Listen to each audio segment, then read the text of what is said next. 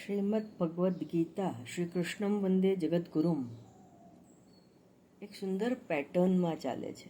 Pattern એટલે એક સિસ્ટમથી, એક નિયમથી કૃષ્ણ પરમાત્મા આપણને બોધ આપે છે. શ્રીમદ ભગવદ્ ગીતામાં કૃષ્ણ ભગવાને જ્યારે અર્જુનને અને અર્જુનના માધ્યમથી જિજ્ઞાસુ, સાધક, મુમુક્ષુ અને છેલ્લે મોક્ષાર્થી એવા સર્વ સાધકોને, સર્વ મોક્ષાર્થીઓને જે ઉપદેશ આપે છે એ ઉપદેશની રીત સમજીએ.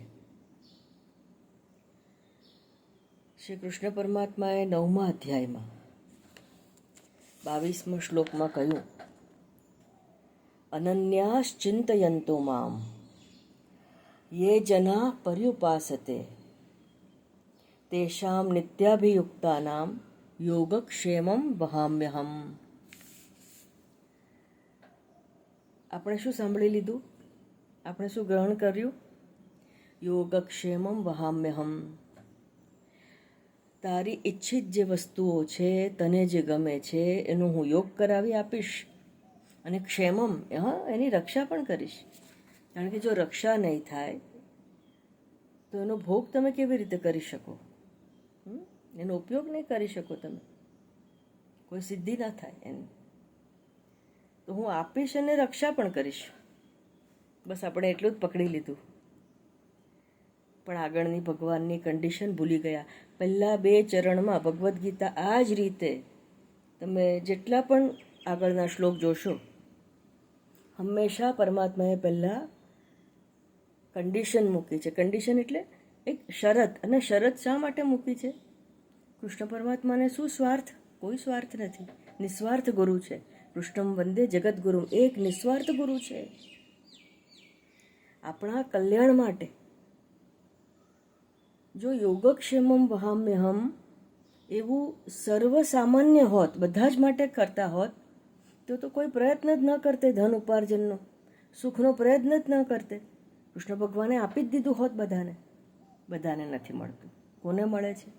તો કે અનન્યાશ્ચિંતયન્તો મામ, મારા સિવાય અન્ય કોઈનું પણ ચિંતન, ભજન, મનન, સ્મરણ કરતું નથી.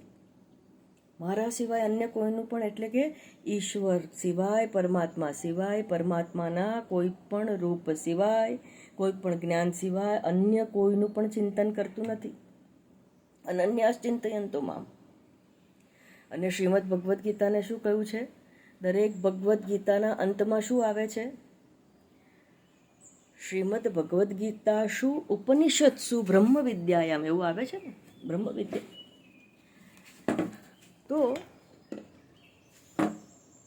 તો આ અનન્ય શબ્દ જે છે, મારા સિવાય અન્ય કોઈનું ચિંતન નહીં, એની વાત ઉપનિષદમાં જ કરવામાં આવી છે. યસ્મિન દ્યૌ પૃથ્વી ચાંતરિક્ષમ ઓતમ મનઃ પ્રાણૈશ્ચ સર્વૈઃ તમેકમ એવમ આત્માનમ વિજાનથ અન્યામ વાચો વિમુંચેથ. ઘણી બધી વાર કહ્યું છે, તમારાથી અન્યની વાત ન કરો. તમે એટલે જે આત્મા જે છે, જે બ્રહ્મ જે છે, જે તમે છો.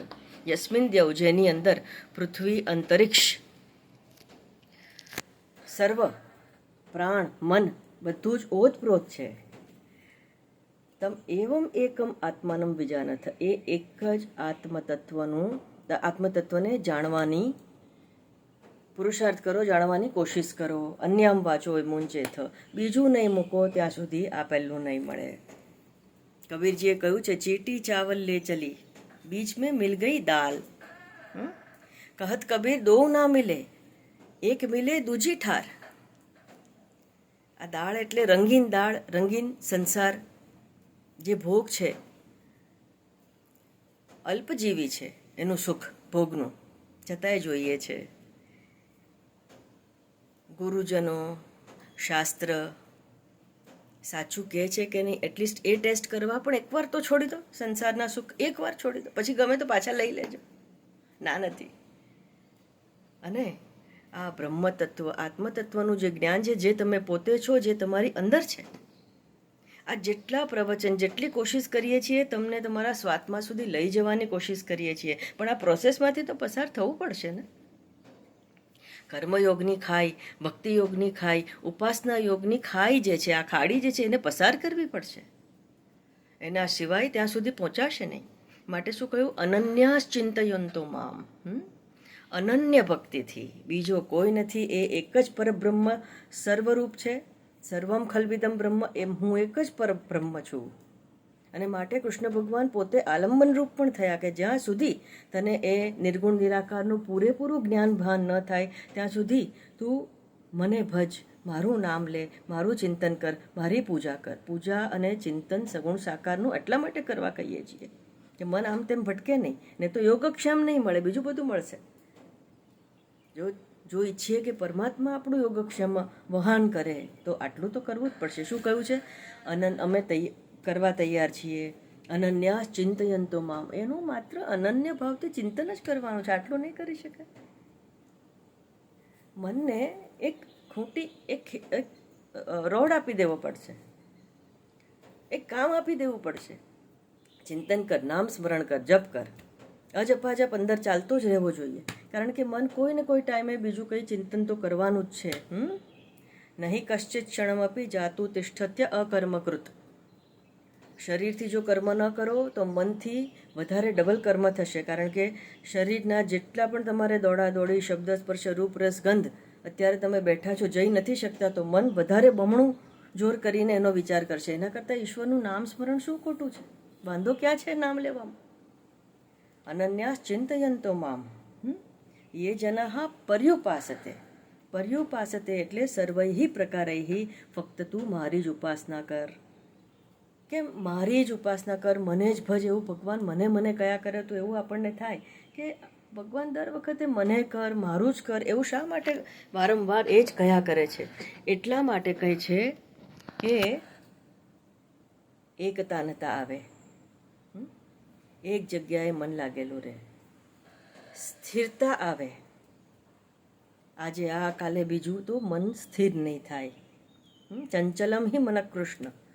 અને માટે આ મન ચંચળ છે, માટે પરમાત્માએ પોતે એકતાનતા લાવવા માટે કહ્યું કે મને જ ભજ, મારું જ ચિંતન કર. જે જનઃ પર્યુપાસતે તેષામ, પાછું આટલાથી અટકતા નથી કૃષ્ણ પરમાત્મા.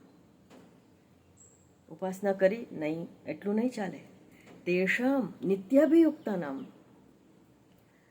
અનન્ય ભાવથી મારું ચિંતન કર્યું, મેં તને યોગ કરાવી આપ્યો, મને ગમતી સુખાકારીનો. સુખાકારી એટલા માટે આપું છું કે તું મારું ચિંતન, મારું નામ, મારું સ્મરણ કરે, શાંતિથી કરી શકે. તારા યોગક્ષેમની તને, તારા જીવન નિર્વાહની તને ચિંતા ન થાય. અને તને ચિંતા મુક્ત એટલા માટે કરું છું કે માત્ર બ્રહ્મ પ્રાપ્તિ માટે, જ્ઞાન માટે, આત્મતત્વના જ્ઞાન માટે જો તારી કોશિશ, તારો પ્રયત્ન અને તારો પુરુષાર્થ 100% હશે તો જ હું યોગક્ષેમ વહન કરીશ. આપણને એમ થાય છે કે કૃષ્ણ પરમાત્માએ ભગવદ્ ગીતામાં કહ્યું પણ કરતા કેમ નથી? પણ આપણે આગળની શરત પૂરી કરી. પહેલાં આગળની શરત પૂરી કરે. તેષામ નિત્યાભિયુક્તા નામ, એમાં પાછું નિત્ય લાગેલા રહેવું પડશે. યોગ થઈ ગયો, એનું રક્ષણ પણ થાય છે, એટલે બસ મૂકી દેવાનું નહીં, એ નહીં ચાલે. તેષામ નિત્યાભિયુક્તા નામ યોગક્ષેમમ વહામ્યહમ. બસ આવી રીતે નિત્યયુક્ત થઈએ, અને નિત્યયુક્ત થવા માટે જે કંઈ પણ જરૂરી છે એની વાત આપણે આગળ કરીશું. હરિ ઓમ.